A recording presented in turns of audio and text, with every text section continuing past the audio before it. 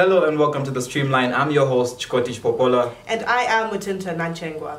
In this edition of the Streamline, we will be going in depth in some of the most important stories in the country right now, starting of course with the coronavirus pandemic. Now it's been roughly a year since COVID-19 hit Zambia, and we're starting to see a second wave that's proved to be more persistent and a bit more dangerous.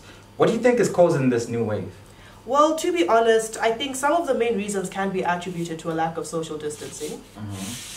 And of course, the usual health guidelines such as not washing your hands, not masking up correctly. I'm sure you've seen a lot of people, if they are wearing their mask, they are not wearing it correctly. It is supposed to go over your mouth and nose. And as well as generally avoiding social gatherings and what we are calling super spreader events. These are parties, these are going out to places like the club, this is going to weddings, sometimes even unnecessary social gatherings, and sometimes even political parties.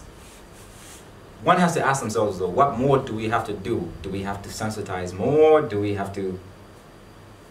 Well, in my opinion, I do think there needs to be stronger policy on the coronavirus right now. At the beginning of the pandemic in the country, we did have an SI that was enforcing mask wearing within the city. However, that SI has not been enforced effectively by local government. We do still see people moving around the cities without their masks. In some countries in the world, it is a criminal offense to walk around without a mask. On top of that, I do believe that citizens do need to carry out social responsibility. If you do not need to be outside your house, please do stay home. That's mostly where it's at, right? Exactly.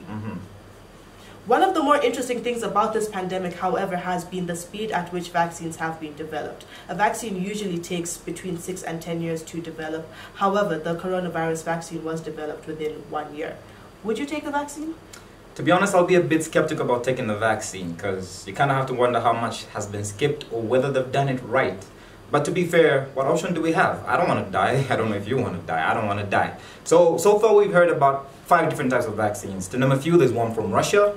India's developing one vaccine with developing countries in mind. And we have one from Oxford, and we have the Moderna, which as well should have been the first or is the most known. Which one do you think best suits us as Zambia? To be honest, I do feel like the ones that are coming from India and Oxford are the best bet for the country. I'm sure you know that vaccines do have storage limitations, and the vaccine from Moderna and Pfizer need to be kept at sub-zero temperatures, which we may not be able to support, especially in our hot climate. The vaccine that is being developed in India is being developed with developing countries in mind, as well as the Oxford one, which can be stored in a regular refrigerator. Now, the way a vaccine works is it goes through what is known as ribonucleic acid. However, that is too technical for me to explain, and so we shall have the Dean of Health Sciences right here at the University of Zambia, Dr. Sodi Munsaka, giving us more detail. We have seen that from December, countries like the US have started already rolling out. Right now, as I'm speaking, over 10 million people globally have received these vaccines, and we haven't reported or seen any serious adverse reactions. So this means that these vaccines are relatively safe. And now the latest in international news. Rioters did storm the Capitol building in the US capital, Washington, D.C. last week. These rioters were incited by President Trump as a last-ditch attempt before Joe Biden could be confirmed as president-elect of the United States. However, I will not delve too much into detail. We do have this roundup from the BBC. Abstract concept today, as Trump supporters clashed with police as they tried and succeeded to storm the Congress, where America's elected leaders had gathered to certify the election victory of Joe Biden. Earlier, in a rally outside the White House, Donald Trump encouraged his loyal base to fight to overturn the result of this bitterly contested election. We're going to walk down to the Capitol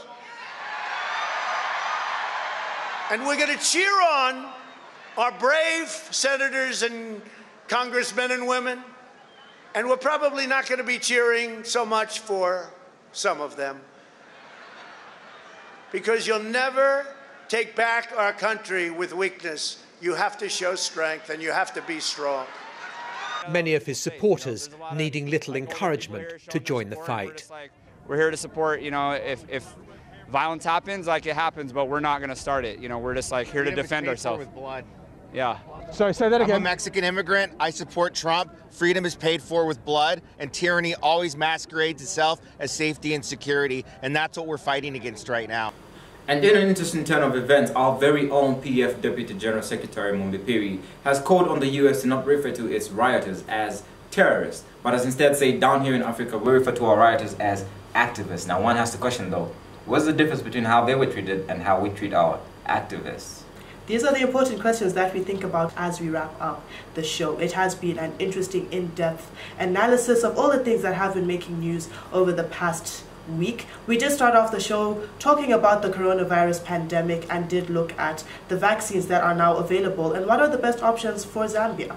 The best options for Zambia are either the Oxford vaccine or the Indian developed vaccine that has, you know, developing countries in mind. Other than that, the best we can do right now is remember to adhere to the COVID-19 measures set by government.